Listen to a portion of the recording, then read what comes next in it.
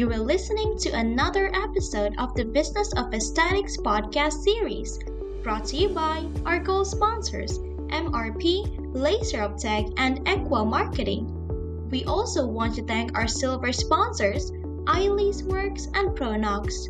If you would like to network and share your experience with our podcast guests and other aesthetic industry professionals, join our Facebook or LinkedIn communities by searching for Business of Aesthetics. Today we're going to be speaking with one of the finest experts in aesthetics. Get ready for an extraordinary opportunity.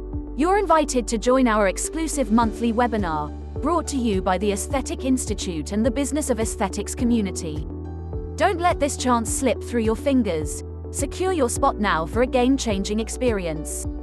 Explore the details on our homepage at www.businessaesthetics.org and get set to transform your strategies.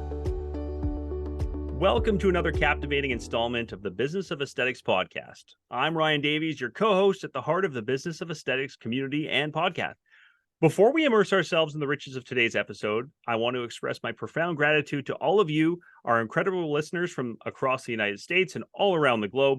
It's your willingness to embrace and share this podcast and your invaluable insights and experiences that have transformed our community into a thriving epicenter of wisdom and innovation. Your unwavering dedication is the cornerstone of our success, and we can't thank you enough.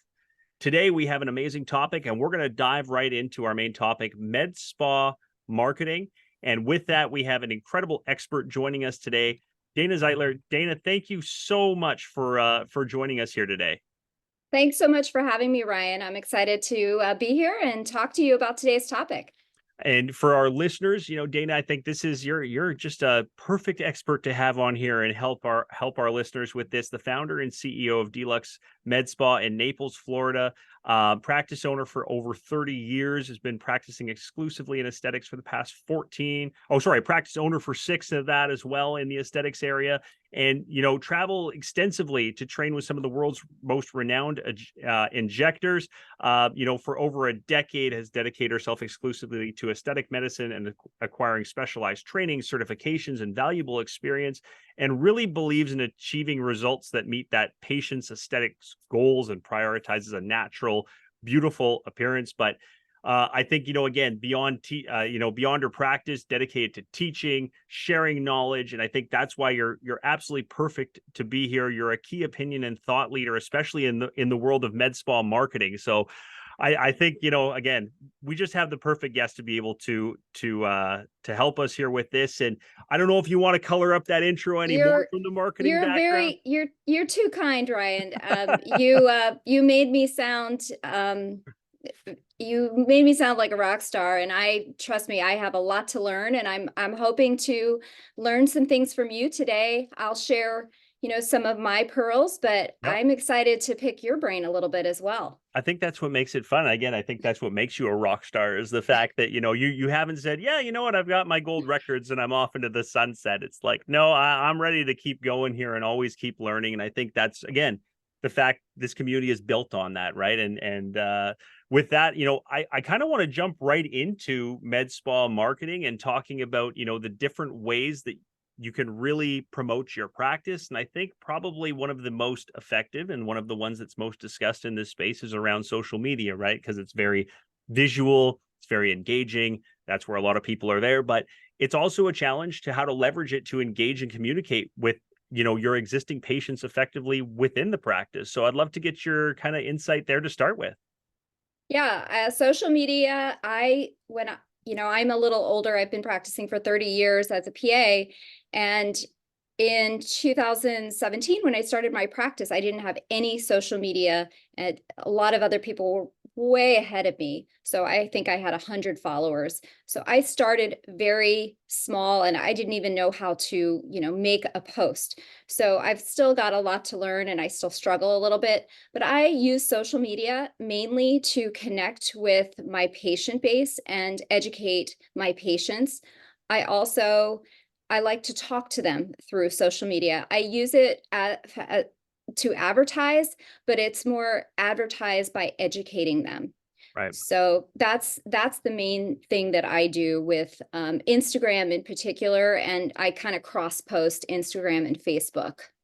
I think that's really what it comes down to, right? Is making sure that you're not just out there saying, "Hey, I do a service." You're not a menu. You're not, you're not a Walmart where you're just like, "Hey, we do this. Come see me." It's really a an opportunity, a platform to connect with you on a personal level, right? And I know in healthcare, from the Google standpoint, from the personal standpoint, from everything, that's really what it comes down to is can you build expertise and trustworthiness in what you're doing and showcase unique abilities and that unique connection, right? So I think, again, that's something you do incredibly well. Do you have examples of ways that you really do that and what kind of strategies that you employ to foster those really strong connections and loyalty?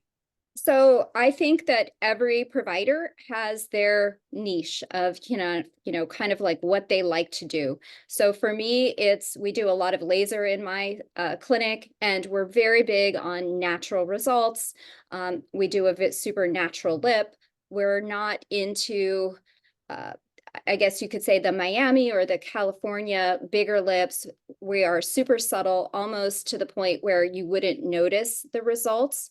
So that is the patient or the client that I am leaning into and I'm Yeah. trying to attract. So the message that I put out is looking for patients that are looking for that result. So I tend, because I put out the type of information that type of patient is looking for, very natural results, very subtle. Uh, the best injectable is undetectable, then I'm going to get that patient. That patient's going to be attracted to me. The patient that wants larger lips or larger cheekbones, super sharp jawline, they are going to be attracted to a different type of injector or different type of practice. So I think it really uh, makes the consultation process sometimes much shorter because the patient almost knows you before they walk in the door. They know what you're going to say. I preach all day long about sunblock every day, retin-A, using good skincare. So when they come in, they already know my favorite products. Sometimes they're like, "I know you love sunblock. I know you say wear a hat." And it's a wonderful relationship to have with your patients. Absolutely. Yeah. And I think again, one of the biggest challenges of marketing always is breaking down those barriers and the resistance. And that's really what it comes down to. You don't want to be a Wikipedia page. You don't just want to be a source of information. You want them to connect with you, but you have to walk that fine line of, hey, here's who I am as a person. Here's why you want to come and see me, but check out how great I am at it too, right? And showcase that. But I love what you kind of touched on there about being genuine, right? Like don't try and go outside of your realm of what you want to do because people pick up on that, right? You want to make sure that you really cater to your audience. Not everybody is going to be your audience and be okay with that, right? And I think social media is a great ability to do that. But talking about the best strategy, obviously the easiest one is always, word of mouth marketing and referrals and gathering reviews and all of those types of things. So I'd like to get again your kind of insights on that. How do you enhance word of mouth marketing, encourage referrals from satisfied patients and complementary businesses to be able to create this great network and this great feeder into your practice? So when I first opened my practice, I'm an injector in Florida. So in Florida, you have to be a PA or a nurse practitioner Mhm. to inject or run a laser. And I sort of formed an alliance because I was a single room injector. I didn't have facial services. So I formed alliances with many of the one room practice or very small esthetician practices around town that didn't have injectable services. And I found this amazing collaboration with them where they weren't offering injectable and laser services. They were doing facials, I would say more day spa type services. And I was able to provide injectable and the more medical services. And I soon realized, because I was worried, I was like, "Oh my gosh, I don't have an esthetician. I can't do facials." But I found I was getting referrals from estheticians who worked at hotels, estheticians who worked in day spas, estheticians who worked in businesses that were not medical, country clubs. In Florida, we have a lot of golf course communities and things like that. And they were an amazing referral source for me. Also, hair salons where they don't have medical spa services, but it's the same clientele Yeah. that is interested in beauty, that's interested in taking care of their skin. So reaching out to those businesses, maybe yoga studios, maybe, restaurants, nicer restaurants.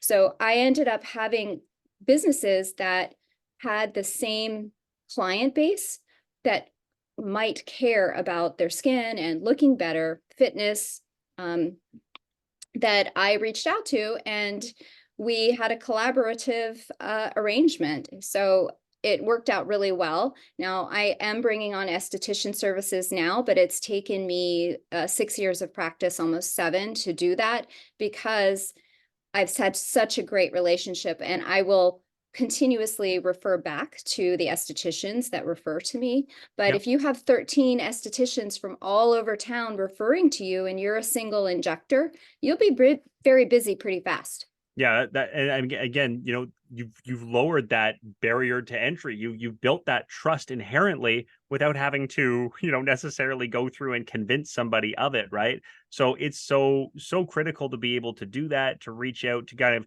again, like for you in that sense, I'd love to get your opinion. For you, was it outside of your comfort zone? Was it something that you were fine doing once you got into a rhythm with it? It was great, or was it tough to kind of be like, okay, I'm gonna get a plan to get this going? Because I think for a lot of people that might be a big hurdle for them, right?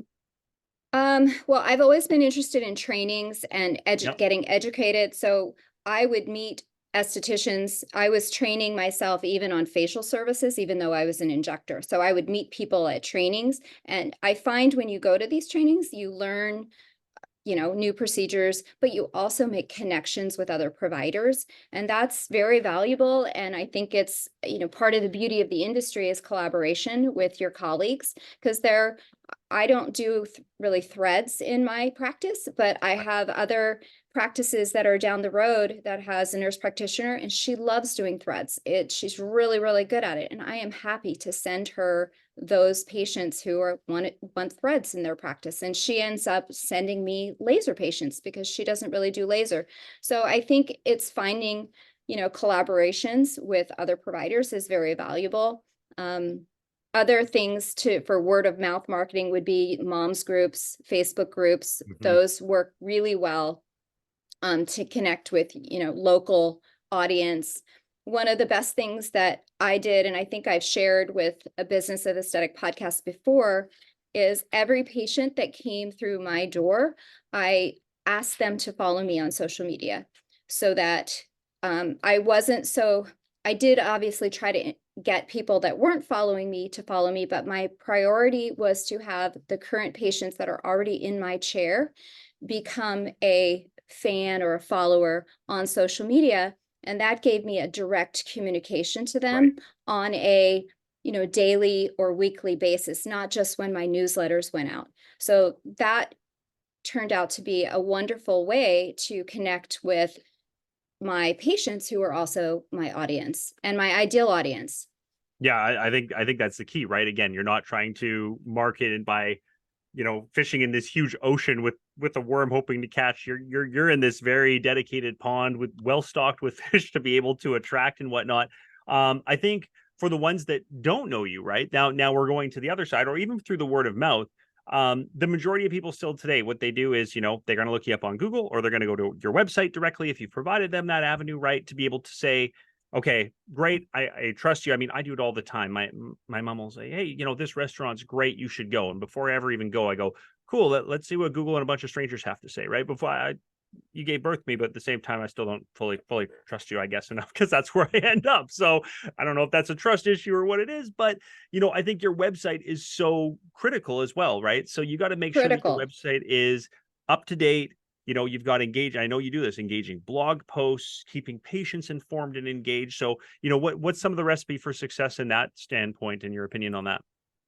So one of the things that I try to do, I'm constantly studying this. So I'd like your take, because I recently learned a tip and I haven't tried it yet. So Yep. I want to know. But what we've been doing is we make a post, or we decide, oh, we want to do a post about let's say laser services, and we'll do a post on it. And then we'll take that post and we'll turn it into a longer blog post of the different Mhm. types of lasers. And we'll write a blog post, and then I will send it to generally a ghostwriter who will write that for me for my website. Mhm. But I have heard a new tip, and I'd like to know your insight. They said that you should go to Answer the Public, which is a website that tells what people are searching for on Google. Yep. Find out what they want to know about. That is a service that you do, hopefully.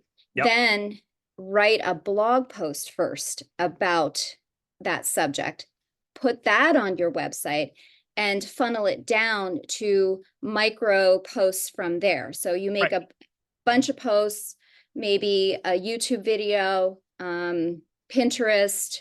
What else is there? LinkedIn. Yeah. I'm not very big on TikTok. I would love to be on TikTok, but it's hard to be everywhere It all at the is. It same is. It's time. very time consuming and challenging to be everywhere all the time, right? I think that's where, Meta did a great job with the Facebook, Instagram, connection and things like that, being able to do things to that extent. But that's exactly it. I mean, there's even, the old Google cheat code was go and search what you think, how people are searching, how you would search for something.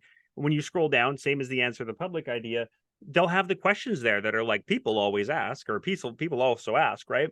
Because what they're tracking is when people search this and edit a website and bounce back, what's the next thing that they want to know, right? What didn't they get answered? So encompassing some of those questions in there for exactly the searches that you want people finding you for, that's how, again, you raise your profile on Google, it improves your SEO. And then, like you said, have a video about it. Maybe it could be a video where you're actually doing the procedure or just talking about it, answering those questions of, like, who's it good for, and what are, what's the timeline for it, and all this sort of stuff. And then you can micro that down, right? What lives for 90 seconds on your website on YouTube might live for 30 seconds on Facebook and be a great 10-second Instagram reel and go perfect, perfect, perfect. Now, one piece of content, like you said, like a blog or an article, has now turned into 10 ways that I can use it over and over again onto social media, on my website, whatever it is. And really, again, now you're answering the questions that people are asking, and that's how people are searching. And that's a big thing is from the Google world. They want to see when they go to your page, they have intent to go for something. They want the question answered. Do you have expertise, authority, trustworthiness? So do you do what I'm looking for? Do I trust you to do it? Do you have trust embedded in this site with your reviews? And do I like you? So do you have a personality to it? Is it original content? Are you showcasing it?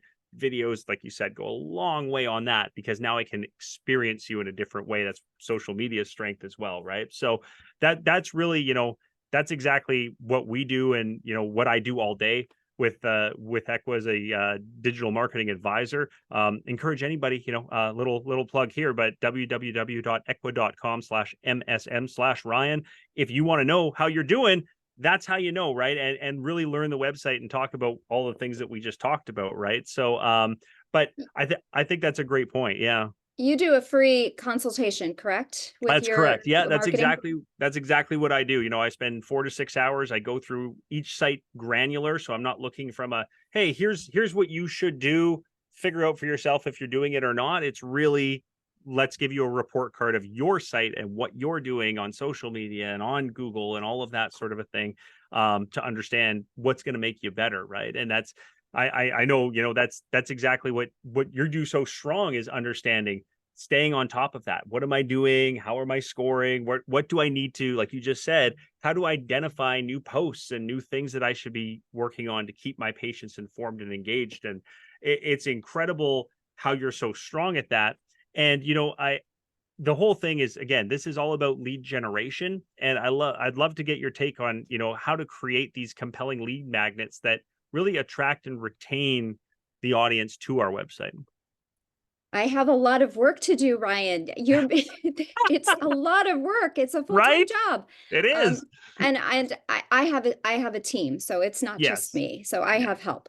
And I haven't done this yet for my website, but I really want to. I have done it on my injector training site. I have like a page that talks about training with me, and I have a PDF download with some freebie advice on the patient consultation and as well as taking good clinical photography.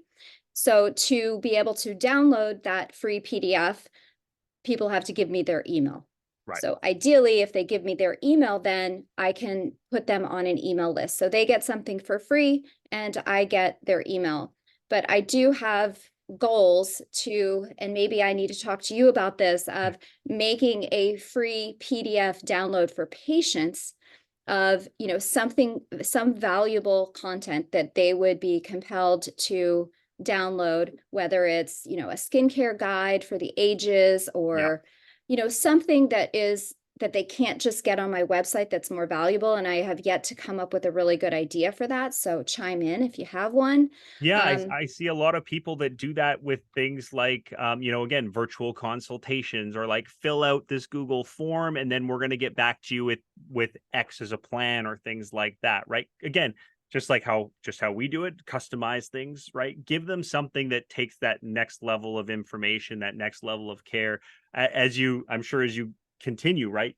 You're going to have one PDF for skincare and then you're going to have two and then four and then eight. And it might be like, look, if they click this in this box, they get this one. If they click this in this box, it's for someone in their 30s or somebody in their 60s. Or, if you're me, like a fair skinned ginger, well, I probably, I'm going to get a sunburn from turning on my cell phone screen too brightly. So I need a different, a different one from So that. Yeah. question, have you Yeah. heard of the tests that you can take? So, and I wonder how this works versus a PDF. So where Yep. people, they have to, give you their email and they get to take a test to learn more about themselves of what Yes. type of skin do I have? Do I have oily skin? Do I have dry skin? Am I hyperpigmented? Do tests work better than the free PDF downloads for people to give their email, do you think? I think so. I think people want to find out more, and especially if you have a purpose or a reason behind it, right? And I think again, if now you're able to supply them with,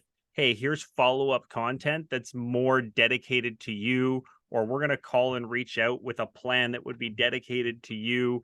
You now have personal, that little bit of personality and things like that. They also show good intent when they're doing that, right? If they're going through this, they're really kind of telling you, hey, here's where I need help. Great. So now we know if we're going to reach out to you in an email campaign or whatever it is, it can be much more targeted. It can be much more personalized and things like that, right? Whereas if it's a, hey, get a one pager on some skincare tips or whatever it is, and they get it and they go, well, 80% of this doesn't really apply to me.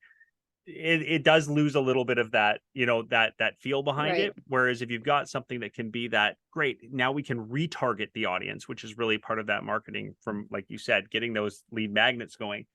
You can now retarget based on that. Yeah. Yeah. And the importance of the email list, of course, is once it doesn't belong to Meta, it doesn't belong to Right.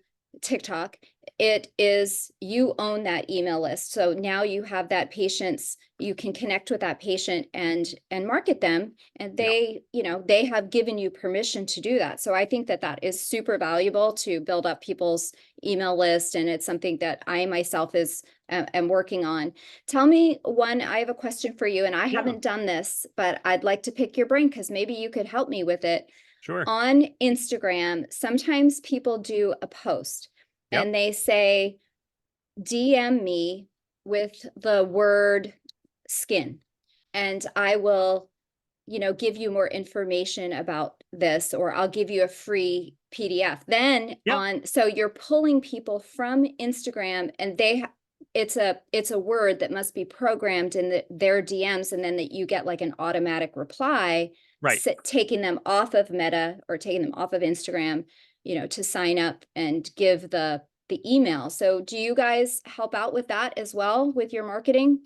So with that, what we do is we kind of work with it, how to best incorporate that, right? So there's all sorts of different automated and now AI tools that do automated messaging, automated comment, like commenter AI type of things. But really, they're those exactly it, those Instagram DM bots where you say, go in here, enter this. Okay, like you said, skincare, congratulations, thanks so much. Now we were able to send you this, that would you like to get this? Where's the email address you'd like me to send the guide to? and go through that, right? And then again, bring that into your email marketing campaign. And it's all about that targeting and retargeting strategy through that. And the strength of it is, I hear it all the time in med spas, aesthetics, especially, is, I didn't know you did that. Somebody comes back in to see them and they do the service and they go, well, I went and got this done elsewhere. And they're like, didn't you know we do that here? And it's like, no one told. I didn't know, right? Because sometimes you have so many services, so many things you can offer. Email is that great way to say with that newsletter, like, here's a new service we're offering. Here's our new, here's what we're doing this month. Did you know we do this? Here's right? So it's a great way, like to your point, to really get that one-on-one attention from them. And yeah, that is a great thing where people are doing a lot of the AI there now, where you can jump in, put in the DM, and then lead them through that almost chatbot style of questions of, hey, yeah, so now that you've done this, where would you like me to send my email to? What would you like for your thing? Or what are you most interested in? And have that automated AI conversation with them. Again, really targeting and giving them that unique value in what you can provide. Well, I think AI fascinates me, and I think people are going to look back and say 2023 is the year that AI became sort of the household thing, where, I mean, even an old girl like me is starting to use, I use Bard, which is, I guess, Yep. Google's Yep. AI. I tend to like that one the best. Yeah. But it's just an amazing source of, I would say, inspiration, or a starting point, where I come up with an idea and I'm like, okay, let's see what AI has, and then Yep. personalize it. Obviously, you don't want to just take that, because if you copy and paste That's and right. put, the AI, whatever they come up with, in your website, doesn't Google think it's a copy, and they don't like that, correct? That's correct. Yeah, because I mean, when you think about it, right? What is Chat GTP? What is Bard doing? They scrape the internet for what's already there and regurgitates it and puts it out there, right? So they're basically saying, according to this website, here's your answer, and then you copy and paste it and put it up there. Well, it's according to that website. They've already been able to pull that forward, right? So generative AI is just generating the answers based on what's already out there. So you want to make sure, again, like you said, proof it, make sure it's right. Not always is it perfect yet. We're still, like you said, we're an amazing tipping point in 2023, where it's just like, holy crow, the amount of growth this year It's that happened in amazing. AI is crazy to think about. But it's still not perfect, right? And you still got Yeah, to do it in your voice, and it's got to be your, like, your right. brand. You have brand equity, you have who you are. And if people are reading blogs and they sound like they're from 8 different people at 8 different times, it's like, okay, again, is this legitimate? Is this really her? Like, that kind of a thing from that perspective. So you want to do that. And I mean, to your point, there's a website called There's an AI for that. Mhm. And Oh, literally I there's didn't an even AI know for that that, website. right? No So kidding. there's things where you're like, I wonder if there's an AI that can do this for me. And it's like, yep, it exists. There we go. Perfect. I can use this, right? So it's amazing how you can incorporate all that into your marketing now. Yeah. Yeah. How often do you recommend, or how often do you update people's websites? Is it a weekly thing, a monthly thing? How often do you recommend that be done? Yeah, my favorite is when I talk to people and they say, my website was done a year ago. No, your website's never done. It's a living, breathing, constantly evolving thing, right? And Google again wants to know, and people want to know, is this the most up to date? Is it new information? Is it evolving with the times and technologies and offerings and things like that? So you constantly want to be, again, not every page needs to be updated all the time, but you should be working on new content constantly, consistently, right? And again, is that how time permits. If you've got a team, it could be you're making weekly tweaks, or monthly, right, or quarterly. But you can't let it say like, well, I launched my website in January of 2022 and I haven't done anything since, or I posted a couple blogs, but that's it, right? You want to get those before and after photos and the testimonials, and again, new content and all of that constantly up there, and be working on, a few hours a month for sure of creating and adding that new content, or otherwise, again, you get punished for it from Google, and it becomes stale dated, content. You're not giving reasons for, as we've said, people to come back again and experience what's new and what's exciting there.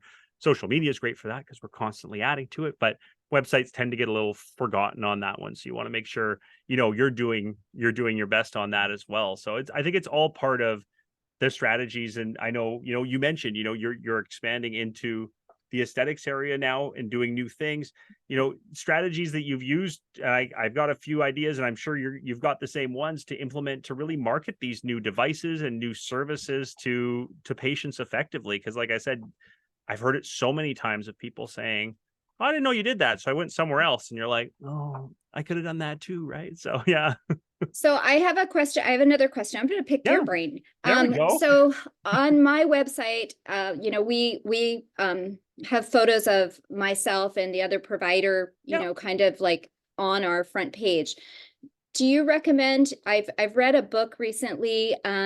It was a Donald Miller book about the story brand. I don't know Mhm. if you've read that book, but he talks about the patient being the star kind of, or the patient you're the guide, and the patient is the hero, and you're taking this patient on a journey, Yep. solving their problems, so you are solving their problems. So he recommends, or he talks about in the book on your website, making the problems that patients are looking for, instead of it being Botox, filler, it's wrinkles, or anti-aging, brown spots. So I would assume both. You kind of probably need to Yeah. do, have the word Botox in there, have fillers, because people are searching for that. But I know on my website, it does say Botox and fillers. I don't have it so much, maybe I have the brown spots under, that's what the laser solves.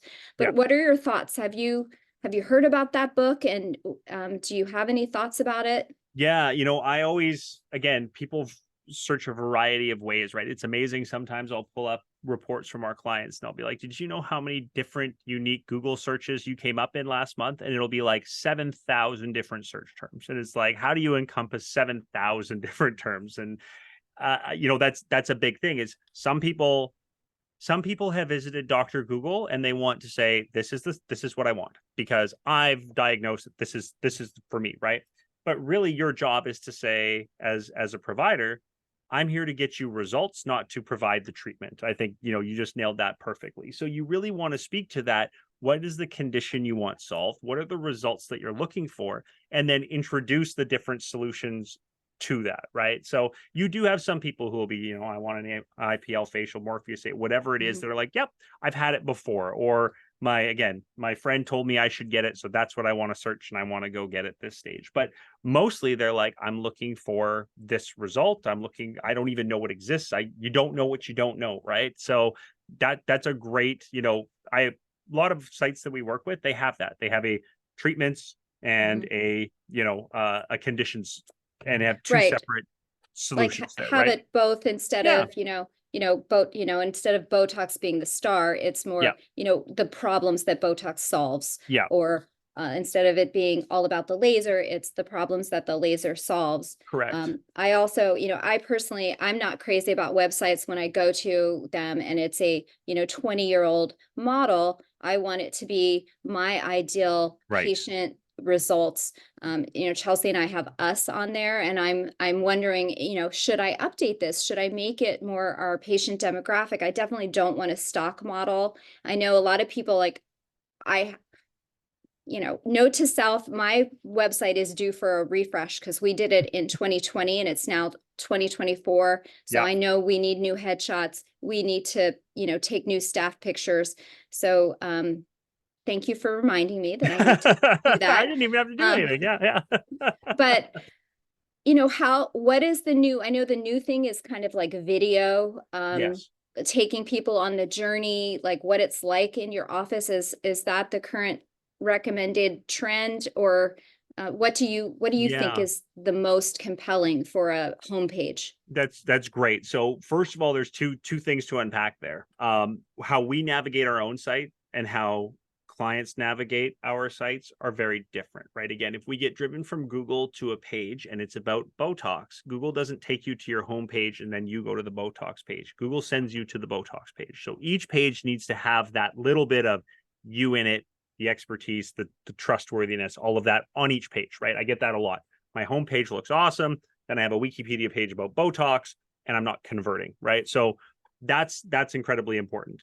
And I love your comment about, again, how do people consume content? Because we learn kinesthetic audible, visual, right? Well, we can't really do kinesthetic with the website so incredibly well, but there are audio and visual learners. So pictures, video, hearing tracks, hearing you speak goes an incredibly long way in being able to convert and to provide that comfort on your site and to have people, engage with you on your site and go 2 clicks, 3 clicks, 5 clicks instead of just I'm here, I'm out, right? And bounce away. So I love that comment, and again, focus on, again, be organic, be yourself, who you treat, actual treatment photos, don't pull other, well, this is from the website from the laser company, so I'm going to use their before and after photos on my site, right? Like really use your clients and what you're doing there and bring that forward. And Dana, definitely lots of you, right? People want to experience you. There are lots of people who provide the service that you do. They're coming to you ultimately because of you, because they like you. Again, do you do what I'm looking for? Do I trust you? Do I like you? And that is so critically important, is, having those videos of you talking about, here's my ideal patient. Here's who we treat. Why I think this is a great, here's the variety of treatments we have for this condition on the conditions page, or for the treatment page. This is all of the things that this laser can help with, right? So being able to use that and to personally deliver that message goes such an incredibly long way in, in really, again, being able to market new devices, talk about what you're doing, market to new patients, and really increase that trustworthiness to a new high level and set you apart, right? Yeah. That's Yeah. the And I think social media does that, like, know, and trust very well. yes, And that's, what I am trying to do is get people to, know me and see what I'm like, and see, because, I want people that are going to like me and be happy with my services. yeah, And so I try to show, my favorite type of treatments to do, so that when they come in, we almost, like I said before, we almost know each other. It makes yeah, the consultation, but obviously, you want excellent service and everything else at the spa to yeah. make people have such a wonderful experience that they go home and they tell their mom or their sister or their husband, you need to come see this person too. She does an amazing job with their Botox. So it all comes full circle. Yeah, I think that's exactly it, right? That's how it all ties together, and that's really what's going to make it, make everything sing from your marketing perspective, and again, tie together your website with word of mouth, with social media. It all serves that great purpose, and putting your personality on display is so crucial. I've always said you're successful when someone walks in and recognizes who you are. They feel comfortable because they've seen your treatment rooms, they've seen the lobby, they've seen the outside of the building, right? Like you said, they're already a patient and they're brand new, but they've experienced so much about you and your practice that they're comfortable and they're friendly and they're like, oh, hey Dana, it's so, nice to meet you, but it feels like I already know you. I'm sure you've heard that so many times, right? Yeah, Like I've met you, you just haven't met me yet, right? So that's the goal. And really, I think where you do so incredibly well with your marketing, your social media, and keeping that in mind, like you said, right? You're keeping your yeah, patients in mind. You're keeping them in mind, not just, hey, look, here's the laser done, right? It's really about them and what it does. So for yeah, sure. Well, I don't want the experience in my office to be a completely different experience than they got on the website either. So that they yeah, come in and we look like a totally different practice than what we've put online. It needs to be consistent to, what you show online should be consistent to the services that you're providing in your office, ideally. So, your colors and your themes and all of that absolutely. need to go hand in hand, or that's why I'm due for a refresh. It I might be calling you. There you go. Please do. I mean, yeah, I think we'd I feel we'd get along just fine doing doing that work together. So absolutely. I mean, I think like you said, your social media, your website, and your actual treatment and your actual practice, that's all your brand equity tied together, right? And you don't want to have any one disjointed from the other. You don't want to fake any one of them, because people are smart. They'll know it. You'll have distrust. They won't come, or they won't come back. Or you'll have no shows, the worst possible thing, right? So we want to make sure we get rid of all of those factors, and really, again, being genuine, putting yourself out there, And I think, Yeah. again, you just Yeah, do it so incredibly well. what do you think about YouTube videos on the website? Do you like YouTube being tied? Because I know YouTube is really Google. So Yeah. does that help still? That's Yeah. still a It absolutely can, like, feeding into that, right? And there's different ways of hosting and streaming it and things like that. Like, do you embed it, or do you do it a different way? But absolutely, having that in there, again, it all ties together. It's all part of that SEO and build that algorithm up together. But you want to make sure you do it in the right way. Don't try and force a square peg into a round hole, or try and find these big solutions. One of the big things, again, with your site is how fast does it performs, how does it load on mobile? And I see a lot of times these sites where it's just, well, I put 30 pages and I did this, and it's all loaded, preloaded, and it's like, yeah, but your page took a minute and a half to load. It froze my phone. People are backing out, they're never coming back, right. right? And as soon as Google recognizes those bounces, they go, I can't rank you anymore. This isn't a good performing site. So there's definitely a way to do it the right way and to make sure you've got it right. But again, video being a crucial component, and how you do it, tie it together with your SEO. Is it tagged properly? Is it all of these things, right? Need to be There's given attention. there's so much to it. Yeah, It's a it's yeah, a it's a 1,000 process. piece puzzle, and half the pieces are flipped the wrong way, and a lot of times you don't have the picture of the puzzle you're putting together. So it's it's tough to do, right? But I think, like you Well, said, you have a team that really helps you with that and takes it on. And I think that's where you're successful in doing that, and being able to focus on the parts of it that you really love doing, and making sure you're taking care of patients first and foremost, and for drawing sure. new patients through it, right? So that's Well, fantastic. we have fun with our marketing. I mean, there are people that are much more active on social media that post multiple times a day. I'm lucky if I put 1 to 3 posts out per week. Yeah. And we try to make it valuable content, and we have fun with it. And it does show our personality, which is good. But really, my number one audience is the patients in my chair. So, Yeah. having ideally, having the patients that already see you follow you, I think is critical. And with that little, in the beginning of my practice, I did offer a little discount. I think it was a $10 off coupon or something for Yeah. them to go onto my site, like me, follow me, because generally speaking, then they are local, and Instagram will push out to their friends to also follow you, or their friends will see, oh, you Exactly. like Dana, you like Deluxe Med Spa, I'm going to follow her too. So, it does nothing for me to have somebody in Australia follow me. It Great. helps me to have my local friends and family, and friends of family. That's the audience that I want, because they can actually call my office, make an appointment, and come see me. Yeah, I think that's just so critical to keep in mind too, right? Like, it's not even just followers, but the quality of them and things like that, because that's really what it comes down to.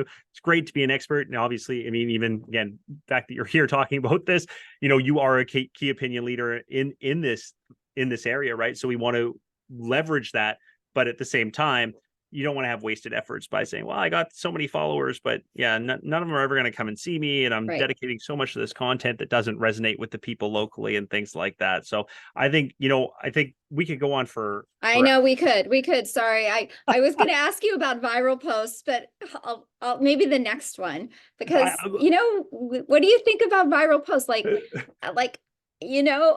sometimes you have a post that goes viral and it goes out to all of these people, but yeah, they, it's not really worth it in a way, or people worry about, oh, I want this post to have all these likes, but those aren't the people that you want.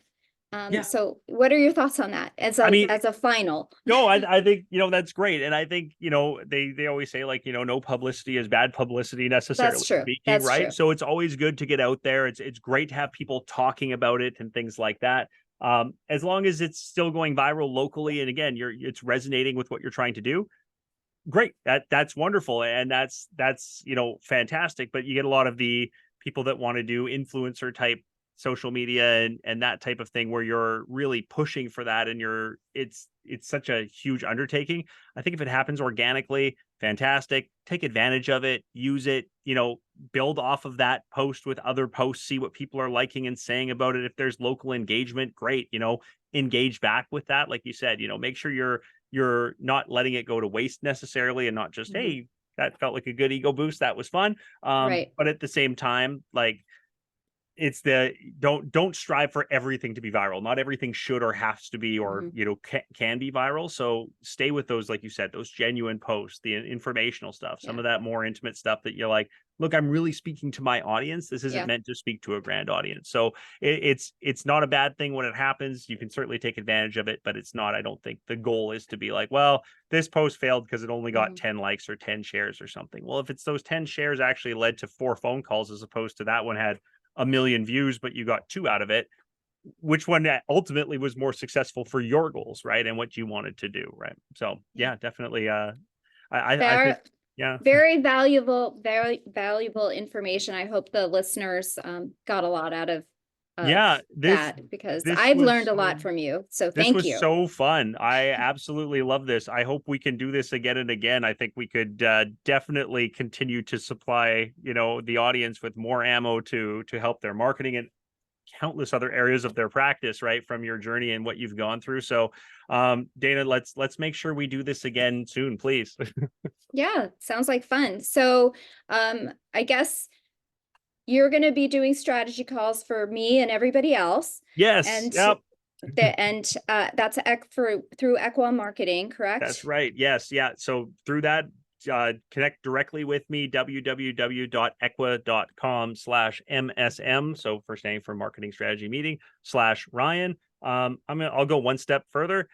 Even if you have just a question or you want to know more about it, or you didn't get that address, 204-898-0528. It's my personal cell phone number. So you can even just give me a call. So there we go. I'm going to even throw that out there for people as an invite. So I know. Not at I don't know what I midnight. opened myself up to, but it'll be fun anyways. Go ahead. Send me the craziest things. It's okay. I'll laugh about them all, but definitely, reach out, take advantage of that. I'd love to talk to everybody. And Dana, I'm going to be talking to you again about that as well. So make sure you take that down as well, but we'll be in contact here. It's great. Okay, sounds good. Well, thanks, Ryan. I had a great time tonight, and I hope you have a great weekend. Thank you. You as well. Yes. And I think we're coming to the close of 2023 here as well. So for our listeners still on this side of the calendar, and, happy new year. And for those in 2024, we're hoping we're going to make it your best year yet, especially if you put some of these great tips together that Dana Zeitler, our guest, has put together for us. Thank you again for joining us today and discussing your journey. Well, thanks again for having me, and I'll catch you the next time.